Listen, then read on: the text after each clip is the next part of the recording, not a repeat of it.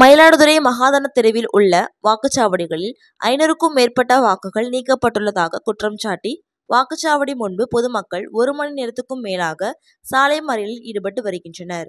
பாமக வேட்பாளர் ம.க. ஸ்டாலின் மற்றும் பாஜக நிர்வாகிகள் பங்கேற்று விடுபட்ட வாக்காளர்களை வாக்களிக்க சிறப்பு அனுமதி வழங்க கோரிக்கை விடுத்தனர்.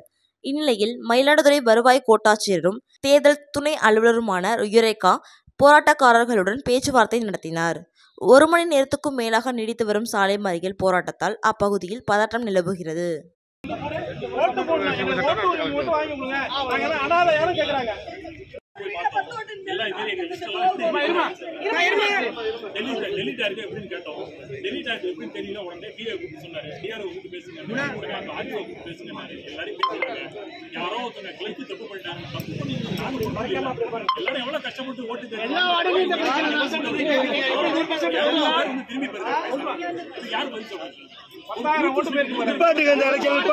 இந்த பகுதியில் இல்ல, இந்த மயிலாடுதுறை நாளன்ற எல்லா இடத்துலயுமே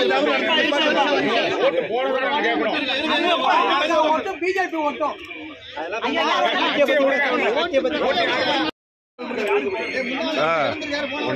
உன்னை போய் பூத்தா பாருன்னா இங்க உட்காந்துட்டு